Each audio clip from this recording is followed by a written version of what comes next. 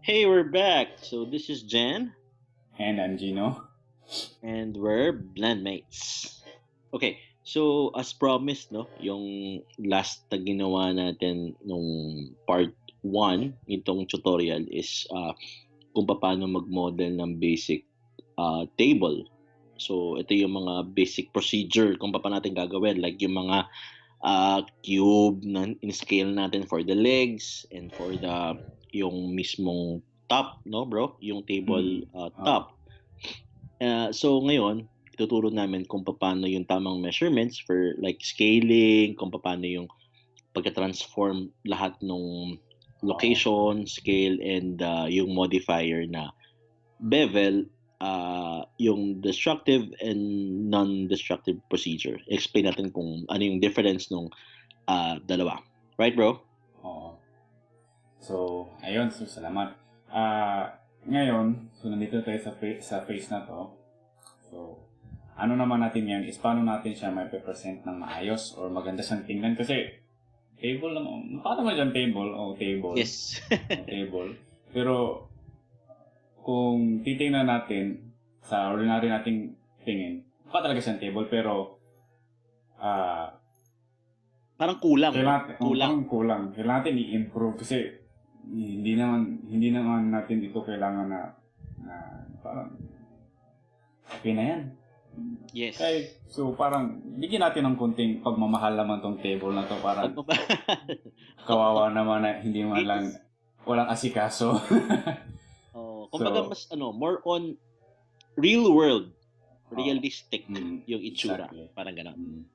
So, yung previews natin, no? So, mabuti kasi nalabigyan na natin siya ng maayos na pangalan. Hindi tayo malilito kung anong part tayo nagtatrabaho ngayon. So, Yes, that's correct.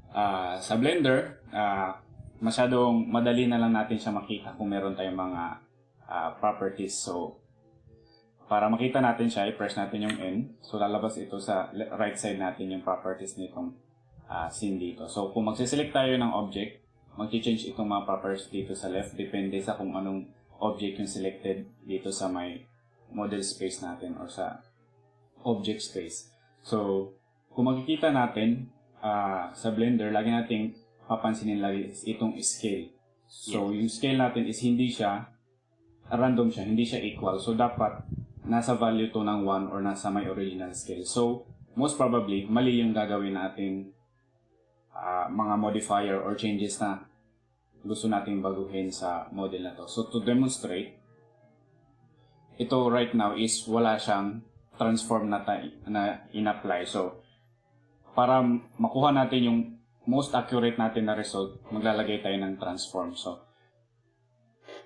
para gawin yung transform na yon sa Blender, ipindutin lang natin yung Control A and make sure yung scale natin ang i-apply natin. So, once maklik natin yung scale na yon, so mag-change na ito ngayon to 1, 1, 1. So, it means yung measurement lahat dito is equivalent na sa real world scale afterwards. So, yung sa kabila, ibang mga parts din is hindi pa siya naka-transform. So, kailangan natin siya i-transform. So, yung significance nito is para alam natin yung minomodel natin is nasa real world tayo. Hindi tayo nagpapachamba-chamba lang tayo ng pag-model. Kasi in the future, tayo rin yung mahirapan. So, para tayo rin yung gagawa ng problema natin. So, para masiguro natin, i-transform na din natin yung scale niya. So, just to check. So, nasa 1 yung scaling niya. So, tama. Ngayon, dito sa baba naman, so ito yung transform niya. Nakita natin na random din yung scale natin sa X, Y, and Z. So, meron tayong mga color dito. Yung red is X, yung green is yung Y. So, kung ano yung is wala yung Z, so pwede natin siya i-select dito sa taas para makita natin yung Z. So, yung blue represents sa Z. So, para malaman natin kung ano tayong direction. So, para ngayon so, nasa object mode tayo ngayon. So, para pumunta tayo sa edit mode, is press natin yung tab. So, right away, sa kagaya ng sinabi namin, nag-change dito sa left side yung mga buttons na pwede natin magamit. So, depende sa anong workspace tayo, mag-change sa depende. Pressing tab. Yes. So, disadvantage nito pag mag-apply tayo ng scale ngayon dito sa object space is maapektuhan natin ang ating scale factor. Pero pag mag-adjust tayo ng scale dito sa edit mode na space natin, hindi maapektuhan yung ating scaling factor. So, to demonstrate, so kung i-change natin to ngayon to 1,500, kung mapapansin nyo, mag-change itong scaling factor natin, which is hindi natin gusto mangyari. So, it means destructive pa rin. So, useless yung paggamit natin ng scale. So, to fix that, so punta tayo sa edit mode. So, i-ensure natin yung transform natin is yung transform natin sa loob is dun sa dimension na kailangan natin. So, pag mag-change tayo ngayon dito sa loob, let's say nag-scale tayo sa X, ito, kung i-check natin dito is hindi siya nagbabago. So, yun yung advantage niya pag nasa edit mode tayo. Pero, ang ano natin, hindi natin makukuha yung exact value niya dito sa dimensions niya. So, yun yung ano natin. So, para maano natin, undo natin saglit. So, kunin natin yung gusto natin na value. So, para sa table, kailangan natin at least, as per standard, at least meron tayong 1,500 millimeters or 1.50 meters. So, sa Y din, 1.50.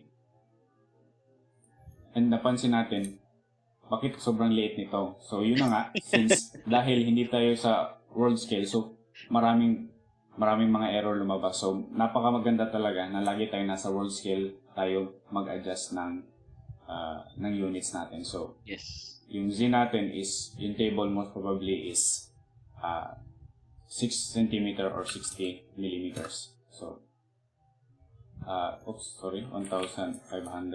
So, ito yung table natin. So, kanina, sobrang laki nito. Ngayon, sobrang liit na. Pero ito na yung actual real-world scale. So, naapektuhan yung scaling factor natin dito. So, yun ulit, Control A.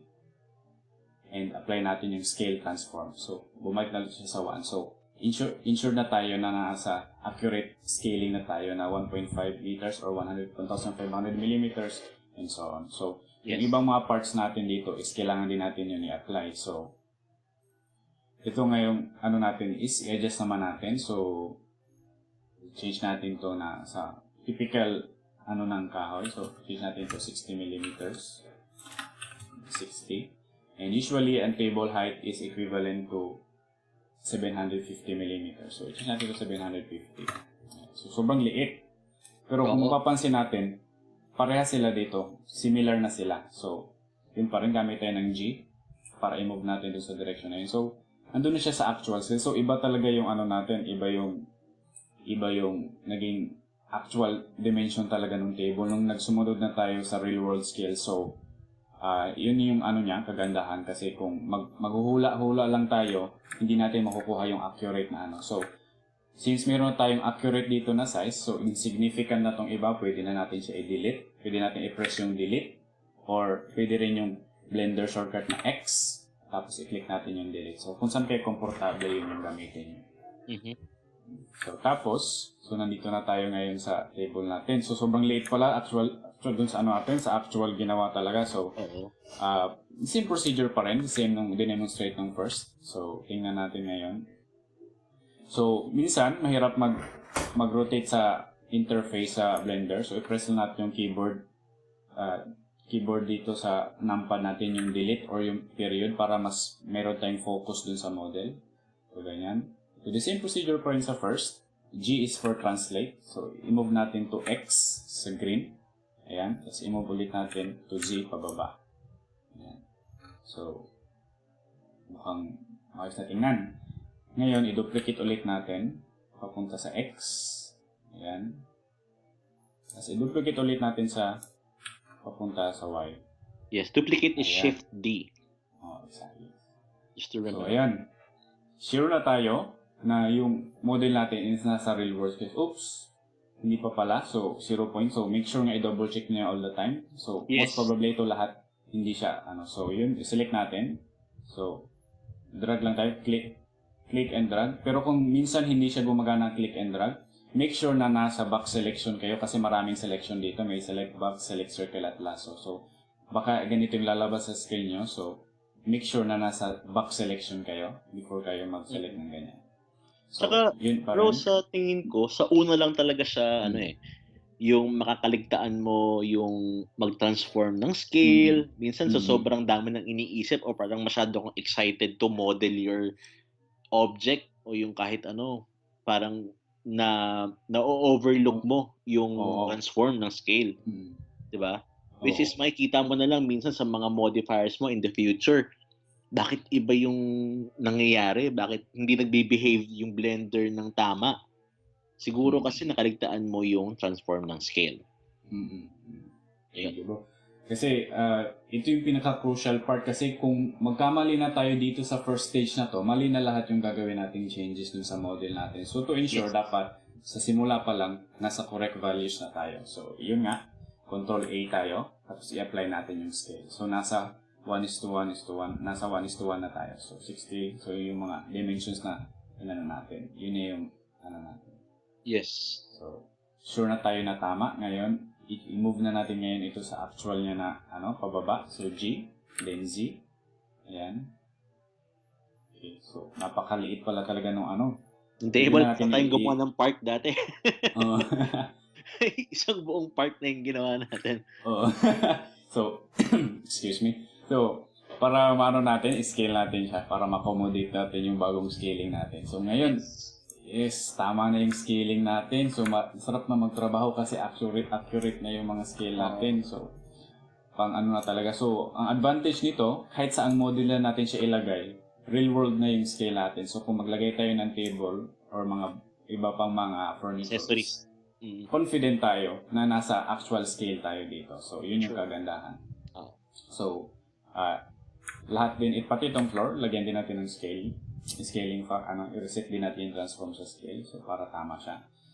So, ngayon, move na tayo sa exciting part. So, may magbe-bevel na tayo ngayon para masyadong matalas yung mga part na to. So, kasi bigyan naman natin ng kasi in real worlds, wala kasi talagang sobrang sharp edges kahit kahit yung mga walls, no? Kahit ano, exactly. kung mapansin mo, wala talagang like zero zero na sharp. Lahat 'yan may bevel, lahat may kumbaga sa construction parang laging may patay kanto. 'Di ba tama, bro? Oo, exactly. Walang perfect 90 degrees kahit sabihin pa ng Yes. 90 degrees. Wala. So, and yun yung parang isa din sa ingredient to achieve mo yung parang real world representation ng object. Kasi Yes. hindi siya magre-reflect ng maayos ng light kung masyado siyang matalas. Magiging fake Putol. tingnan. So, kahit yung konting ingredient na yun na yung mag-a-add ng realism dun sa model mo. So, kasi kung maganda yung model mo, yung vessel mo, maganda yung kalalabasan. So, maraming, yung una natin ipapakita is yung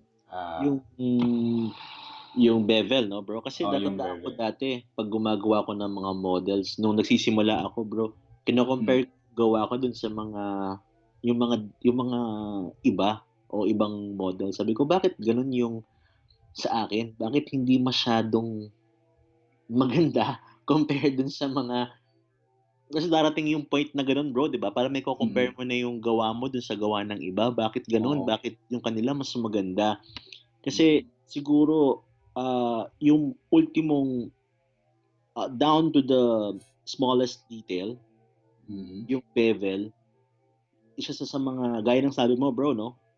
Isa sa mga nagko-contribute talaga ng for realistic representation ng ng model. Yan. So pakita na natin, bro, kung paano yung bevel. So yun, thank you, bro. Ngayon, para maano natin yung object na to, malagyan natin ng bevel. Hindi natin siya ma-edit dito sa object mode. Dapat natin siya i-edit dun sa edit mode. So, Edit edit mode. mode. So, tab tayo. So, tab. Ayan. So, ito yung mga options natin available. Pero, right now is ang kailangan natin i-bevel itong mga edges natin. Itong mga edges kasi sobrang talas.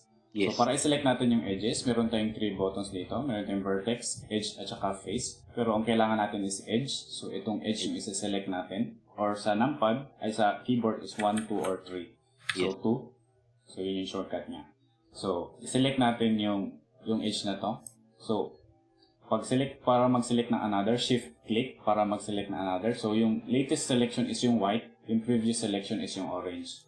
So, kung ano yung pinakabagong click, pero tedious yung trabaho na tayo magsi-single select. So, para mas mapadali, so si Blender is para ma-select natin lahat ng edges, press lang natin ng 2 beses ang A. A. So, ayan. Select na natin lahat ng edges. So, Yes. from the bottom, lahat. Ngayon, kung gusto natin i-deselect, i-press natin yung Alt-A. So, yun yung deselect. So, select natin ulit. A. Then A. So, ngayon, maglagay tayo ng bevel. So, pag maglalagay tayo ng bevel sa Blender, pwede tayong mag-press ng Ctrl-B. So, Ctrl-B for bevel. So, meron tayong grip dito. May para tayong broken line at saka cross. So, makikita natin yung bevel natin in real time. Ayan, real time makikita natin. So, isang lang siya. So, chamfer yung mangyayari dito, hindi bevel. So, para increase natin yung edges nga. So, zoom tayo ng konti. Zoom tayo ng konti. So, para increase natin yung yung bevel. So, scroll wheel tayo. Scroll wheel up para madagdagan natin yung bevel edges na yan. So, scroll wheel up. Ayan. So, usually, 3 or 4 is enough na yun to accentuate yung detail para hindi siya ganong matalas na. So, para mas precise, i-press natin yung shift. Ayan. Tapos, after nun, may lalabas dito sa baba, bevel options. Kung gusto mo pa i-tweak yung mga settings mo, pwede mo siya dito. So, yung bevel width natin is 2.07 mm. So, pwede natin i-change sa accurate value nga 2. So, yung segments natin, diba tatlo to siya? So, tatlo. So, pwede natin i-change to 4 right away. Pero, as of now, 3 is more than enough para sa atin. And then, yung ibang mga settings nito, pwede natin iwanan lang yun siya. And then, once mag-click na tayo sa labas nun, it means committed na yung setting, yung properties niya. So, pwede tayo mag-exit ulit, pressing tab. So, kung mapapansin natin, meron ng viewport, meron na yung viewport, dito, smoothness na dun sa mga corners niya. So, hindi na siya ganong katalas. Ayan, Yes. so, medyo nakuha na natin yung goal natin. So, as simple as, sa ganun lang na procedure, as simple as that, na natin na meron siyang bevel. So, yung way na to is destructive. So, it means, once mag-commit natin yung setting na yun, hindi na yan natin yung pwede i-revert to original value natin yung sharp edges. So, kailangan, para mabalik natin, kailangan tayo mag-Ctrl Z. Mahirap nun kapag marami ka nang nagawa, tapos i-control Z mo lahat. So, parang, yes. inefficient siya na way. So, pero dito, hayaan lang muna natin siya. I-demonstrate naman natin ngayon yung non-destructive dito sa mga legs nitong table. So, the non-destructive way is tinatawag natin na modifiers. So, yung modifiers is ini-edit niya yung model while preserving the original properties ng model natin. So, yung sharpness nito sa edit mode natin is mare-retain to siya while applying the modifier. So, kung maisipan man natin siyang hindi natin magustuhan, pwede natin i-delete. Yung modifier lang yung i-delete natin. So, yung object is mare-retain niya yung shape niya. So, to demonstrate, so, i-select natin dito. So, ito siya. Itong may wrench dito na dito sa right side natin sa properties. Itong blue icon. So, marami yung tabs dito. Itong kailangan natin is itong parang wrench dito. So, meron tayong add modifier. As of now, marami itong modifier dito. So, no need to be overwhelmed. Ang kailangan lang natin is yung bevel. So, right away, nag-adjust yung itsura ng model natin. So, meron tayong mga properties. So, the same as before, kunin natin yung previous properties. Yung width natin is 2 mm. And yung segment natin is 3 segments. So, right away, so, click natin sa labas.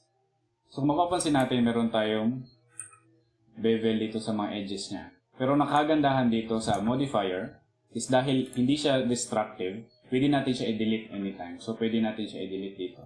Mapapreserve yung original. So, magre-revert siya sa original state niya yung object natin. Yun yung kagandahan ng modifier. So, apply natin ulit. So, bevel. So, 2 mm width and 3 segments. So, yun yung kagandahan niya. Hindi siya destructive. So, kung mag-a-adjust man yung model is yung original original model yung mag-a-adjust at saka magfa-follow lang yung modifier. So kaya kung mapapansin natin, meron tayong na bevel at saka yung original mesh ng model natin. So ibig sabihin, nag-share sila ng properties. So Yes. once mag-exit tayo sa edit mode, pupunta siya dun siya sa modifier. So ayun siya. So hindi natin ma-apply itong modifier na ito kung nasa edit mode tayo. Pero for this demonstration, hayaan lang natin dito yung modifier. No need to worry for na i-apply. Ngayon, ang task natin is gusto natin i-apply yung modifier na yun sa ibang legs. So, tedious na siya na trabaho kung isa-isahin natin ang select ulit, tapos modif bevel, tapos apply ulit tayo ng mga values na kailangan natin dito. So, tedious na siya na trabaho. So, para mas mapadali, i-select natin lahat ng object. So, i-select din natin after. So, sa Blender is ganito. Kung ano yung pinaka-last mo sinelect, yun yung gagayahan ng properties. So, since ito yung may original modifier natin, so ito yung gusto natin gayahan ng properties. So, pwede tayo mag-press sa keyboard ng Control L para yung modifier natin is makopy all throughout dun sa ibang part ng ating object. So, Control L, so make link. So, L for link. So, Control L. So, kailangan natin i-copy is yung modifier. So, to check, so, yung modifiers na apply dito, yung bevel, saka dito, so lahat may bevel. So, to double check, i-zoom natin, keyboard, period, delete or delete. So, may modifier na apply dito. So, i-check din natin yung ibang model, so may mga modifier. So ngayon, yung kagandahan ng modifier natin is hindi siya destructive. So pwede natin siya i-disable or enable anytime. So just like that, nakuha na natin yung one of the crucial ingredient para ma-achieve natin yung realistic modeling dito sa Blender. So ngayon, i-ano natin is ano ba yung significance ngayon ng transform? Kasi nakita natin nag-apply tayo ng scaling transform, di ba? Mm-hmm. So, i-demonstrate natin ngayon, what if wala tayong transform and then nag-bevel tayo? So, mag-shift A tayo, just like before. Mag-add tayo ng cube. I-move natin. So, G, punta sa right. I-scale natin. Just similar dito sa actual table natin. See, medyo pare-parehas. I-ano natin. Similar sila ng size. Ganyan. So, as you can see, ito is wala siyang scaling. Hindi natin na-reset yung scale. So, hindi siya nagre-represent na actual value. Ngayon, kung pupunta tayo sa edit mode nito, so, zoom natin. Punta tayo sa edit mode. Let's say, nag-select tayo ng edges, tapos nag-bevel tayo. Control B for bevel. Kung mapapansin nyo, hindi nagbe-behave ng maayos yung bevel natin. So, yung iba mapofrustrate na yan. Bevel yung gusto kong mangyari. Yung gusto kong mangyari na bevel is ganito, yung smooth at saka accurate. So, isa to sa mga prevailing issue pag hindi tayo mag-a-apply ng transform kasi hindi ito yung real world value niya. So, meron siyang 0.75 na scaling factor tapos hindi maayos yung sa Z. So, Yes. kaya siya nagkakaganito. Kung lalabas kayo ng mga ganitong mga problem, so most probably, hindi kayo nag-apply ng transform, sa scale transform. So, kung magbe-bevel man tayo sa ibang mga parts, hindi yung gusto nating result yung makukuha natin. Ayan. Yes. So, hindi siya gagana. So, kung gagamit naman tayo ng modifier na bevel, ayan, na bevel, i-apply natin, let's say 5 mm. Yun pa rin yung mangyayari. Hindi lalabas yung actual. So, may masyadong matalas dito at saka masyadong malaki dito. So, hindi magbe-behave ng maayos yung model natin. So, yun yung significance nitong scaling factor natin na dapat nasa 1:1 tayo lagi. So, parang dapat i-habit nyo na mag-control A tayo. Apply natin yung scaling transform. So, right away, mapapansin nyo, since non-destructive ang bevel modifier, nag-adjust sa true value niya dito. So, naging maayos na yung bevel natin. So, again, ayan. So, ito yung ano niya. So, apply natin, after natin mag-apply ng transform, mapapansin nyo itong part na to. Ayan. So, para mas makita natin, pwede natin lagyan ng wireframe. Ayan. Para mas makita natin. Right after natin mag-apply ng scale, ayan. So, nag-adjust na yung mga bevel niya all throughout sa entire model dahil nasa 1:1 na tayo dito sa scaling factor. So, yun yung pinaka-crucial part sa pag nagmo-model sa Blender. So, make sure na lagi kang nasa actual actual size ng model mo. So, ayun lang. Ayan. So, makita natin malinis at saka maayos yung model natin. So, disable natin saglit yung wireframe. So, just like that. So, nakita na natin yung ano yung advantage at disadvantage ng mold object natin sa model space na walang application ng scale factor. So, ayun lang siya. So, ito Yun. na siya. So, meron na Ayan. tayong realistic table, bro. Oo. Tama. Okay, Nasa sana. actual real world na tayo. Right. Meron na tayong bevel. So, just like that, meron na tayong may table na tayong may pamamalaki natin na Gawa malinis, natin. maganda.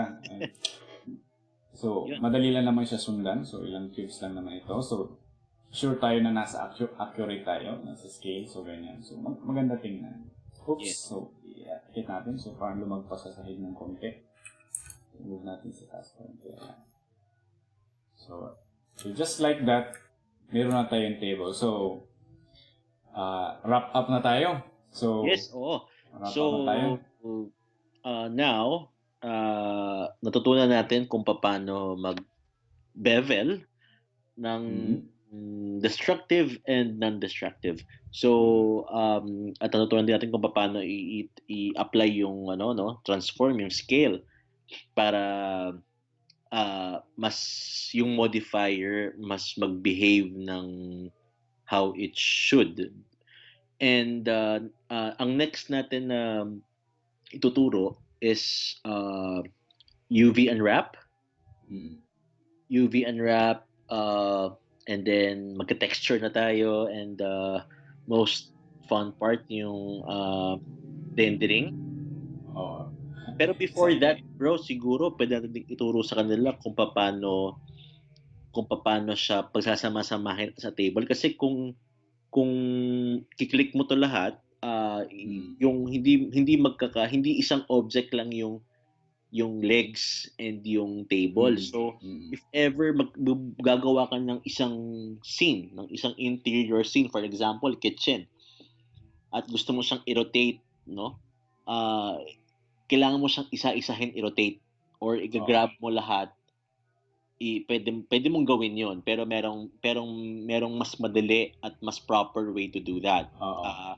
Pwede mong i-join or pwede nating i-parent, so which is yung ituturo namin sa inyo in the future. Sa next video natin, pwede natin gawin na, no, bro? Yes. So, sana na-enjoy nyo yung yung tutorial, and abangan nyo sana yung susunod. So, okay. Yun lang. So, thank you again. So, yes. Thank you. So, see you next time. Okay. Bye. Bye.